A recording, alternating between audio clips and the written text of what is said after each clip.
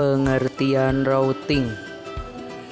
Pengertian router. Router merupakan alat yang secara cerdas mengetahui router atau perjalanan suatu informasi, apakah ditunjukkan ke host lain yang satu jaringan atau berada di jaringan yang berbeda ketika suatu paket atau informasi diarahkan ke host pada jaringan lain. Router akan menurunkan ke jaringan tersebut.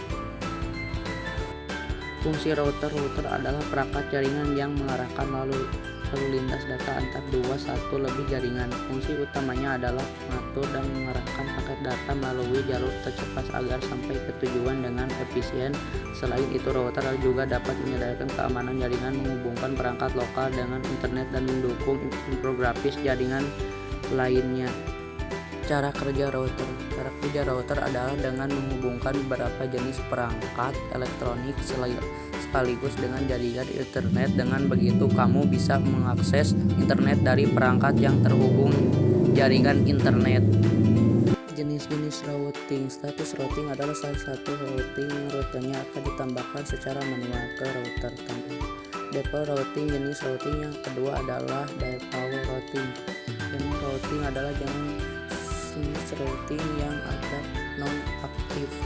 Perbedaan router dan routing. Router adalah perangkat keras yang dipakai untuk menghubungkan beberapa jaringan, baik itu jaringan yang sama, juga jaringan yang berbeda. Routing adalah proses pengiriman paket data dengan melalui jaringan dari suatu perangkat ke perangkat lainnya. Pengertian routing. Secara umum, routing adalah suatu proses paket data yang akan merusuhkan jaringan dari suatu jaringan menuju ke jaringan yang lainnya. Internet. Lalu routing juga bisa diantarkan secara berbagai jaringan yang terhubung, yang menjadikan jaringan internet maupun ditransmisi dari suatu jaringan ke jaringan lainnya.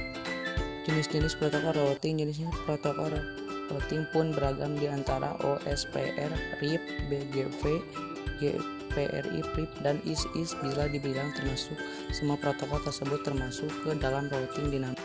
Exterior Gateway Protocol. Exterior Gateway Protocol (EGP) merupakan protokol yang merupakan antara stand ICE yang lain tentang jaringan yang berbeda. Diawali, maka jika sebuah antonim yang STACE ingin menghubungi jaringan di bawahnya, maka mereka harus melakukannya sebagai router utama.